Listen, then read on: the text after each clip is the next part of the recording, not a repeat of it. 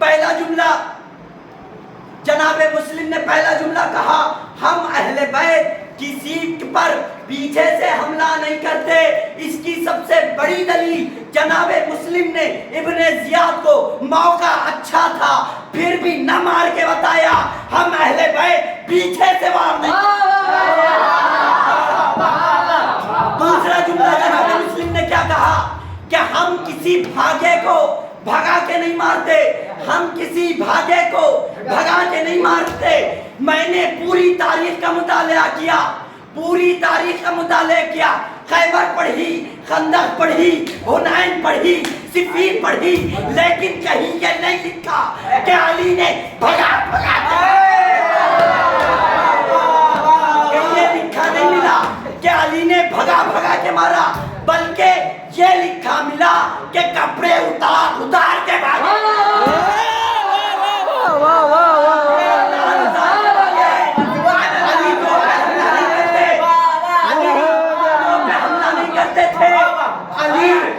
حملہ نہیں کرتے تھے, ایک جو میدان میں کپڑے اتار دے, دوسرا جو میدان چھوڑ کے بھاگ جائے. علی دو پہ حملہ نہیں کرتے تھے جو میدان چھوڑ کے بھاگے. ارے روایات میں یہاں تک کہ ہے, کوئی خاموش نہیں رہے گا, روایات میں یہاں تک کہ ہے کہ یہ لوگ اتنا تیز بھاگے, گھوڑے پیچھے پیچھے یہ آگے.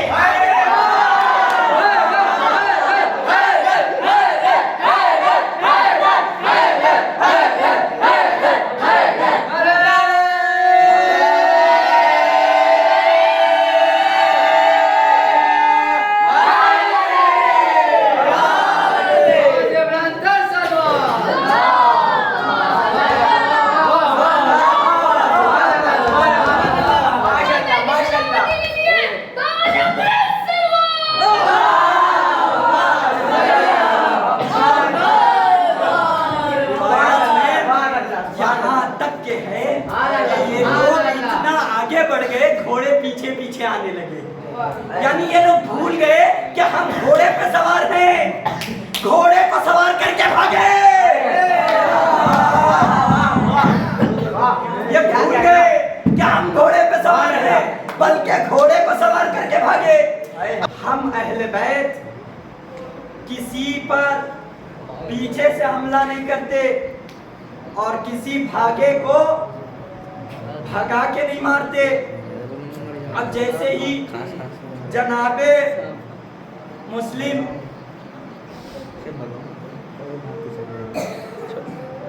نے یہ جملہ کہا, لوگ خاموش ہو گئے. اب اس کا ایک اور نتیجہ لیتے جائیے کہ جناب مسلم نے موقع اچھا ملا پھر بھی وار نہیں کیا, اس لیے کہ جناب مسلم بنی امیہ کے ارادوں کو جانتے تھے کہ یہ کس حد تک گر سکتے ہیں. کون کا بنی امیہ کس حد تک گر سکتی ہے جناب مسلم جانتے تھے, اس لیے جناب مسلم نے قتل نہیں کیا. اگر جناب مسلم اگر ابن زیاد کو قتل کر دیتے تو یہ بنی امیہ ایک پروپیگنڈا کرتی اور قتل حسین کو کیا ثابت کر دیتی, کہا ابن زیاد کا انتقام ثابت کر دیتی. یعنی جناب مسلم نے وار نہ کر کے, پیچھے سے حملہ نہ کر کے یہ دنیا کو بتا دیا کہ دیکھو کربلا میں جو حسین کا قتل ہوا وہ ظلم ہوا نہ کہ انتقام ہوا. صلوات پڑھ دے محمد اللہم صلی علی محمد. جناب مسلم کا قتل نہ کرنا یہ بھی مشیت میں آتا ہے. اگر مشیت میں نہ آتا تو جناب مسلم ابن زیاد کو موقع ملنے پر قتل کر دیتے, اس کو زندہ نہ چھوڑتے. اب ایک اور مسئلے کو حل کرتا چلوں. ایک کلپ وائرل ہو رہی تھی کیا کربلا میں 9 لاکھ لشکر کیوں آیا, تو اس میں خطیب تھے جو منبر سے کہہ رہے تھے کہ وہ لوگ عباس کے وجہ سے نہیں آئے تھے, کہ عباس جب اس کو جب لشکر یزیدی سے یزید نے جب خط بھیجا کہ کیوں جو ہے نا خیمے کی گنتی تو بتاؤ کہ کتنے خیمے ہیں حسین کے، تو اس نے گنتی نہیں بتائی تھی. ہاں یہاں تک کہ 7 یا 8 محرم کو خط آیا اگر تم نہیں بتاؤ گے تو تمہیں قتل کر دیا جائے گا. تو اس کے پیچھے اس نے لکھ کے بھیجا کہ جب عباس ہو تو کسی کی یہ ہمت نہیں ہوتی کہ حسین کے خیموں کو گن لے. اس وجہ سے 9 لاکھ کا لشکر آیا تھا. اگر ایک نئی فکر ہو تو کوئی خاموش نہیں بیٹھے گا، اگر نئی فکر ہو تو کوئی خاموش نہیں بیٹھے گا. فکر یہ ہے کہ جناب مسلم تھے تنہا، کوفے میں جناب مسلم تھے اکیلے، پھر بھی کبھی 800 کا لشکر، کبھی 3000 کا لشکر، کبھی 10,000 کا لشکر. مطلب کیا ہے؟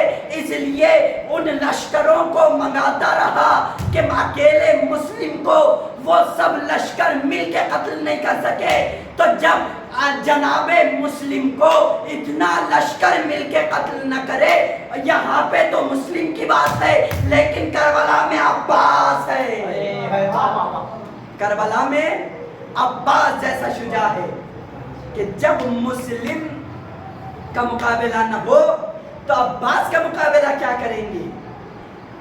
عرب میں 4 ایسے شجاع تھے، 4 ایسے شجاع تھے کہ جو صرف وہ میدان میں آتے جنگ کرنے سے پہلے، اگر وہ میدان میں آ جاتے تو جس کی طرف سے آئے لوگ یہ وہیں پہ کھڑے ہوئے یہ فیصلہ کر دیتے کہ کون جیتے گا. جنگ نہیں ہوئی، لڑائی جھگڑا نہیں ہوا، صرف یہ 4 افراد میں سے کوئی فرد آ جائے عرب میں تو یہ فیصلہ ہو جاتا تھا کون جیتے گا. پہلا ہے علی، پہلا ہے علی، دوسرا عباس، تیسرا محمد حنفیہ، چوتھے مسلم. اگر یہ 4 افراد میں سے کوئی ایک فرد آ جاتا تو لوگ کہتے کہ یہی جیتے گا. تو جب یہاں پر حسین کے پاس عباس جیسے شجاع تھے، مسلم جیسے شجاع تھے، پھر بھی کربلا میں کیوں نہیں لے گئے؟ اس لیے کہ مولا حسین دنیا کو بتا رہے ہیں کہ میں چاہوں تو ان 4 کو لے جاؤں، لیکن میرا چاہنا یہ نہیں ہے.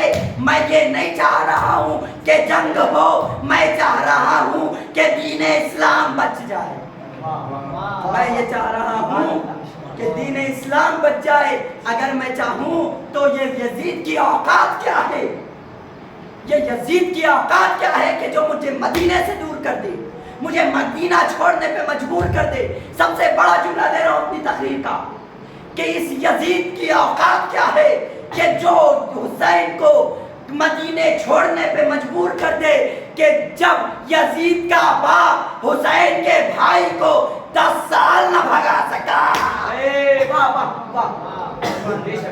جب یزید کا باپ حسین کے بھائی کو 10 سال نہ بھگا سکا، وہ حسین کو کیا بھگائے گا جو بندروں کے ساتھ کھیلتا ہو. کہ اب جملہ سنیے، حسین نے کہا کہ اگر تو معاویہ کا بیٹا ہے تو آجا، میں 6 مہینہ مدینے سے باہر رہوں گا، کسی بھی موڑ پہ آ کے مل لے، کسی بھی موڑ پہ آ کے مل لے. اگر تجھے زندہ چھوڑ دوں تو علی کا لال نہ کہنا. اب یہ حسین 6 مہینے کی مصیبتوں کو سہ کر، مشقتوں کو سہ کر اب یہ حسین کربلا پہنچنے والا ہے. اب یہ حسین کربلا پہنچنے والا ہے. مصائب کا ماحول بنائیے، اپنے سروں کو جھکائیے. اب وہ محرم آ گیا کہ جس محرم میں زہرا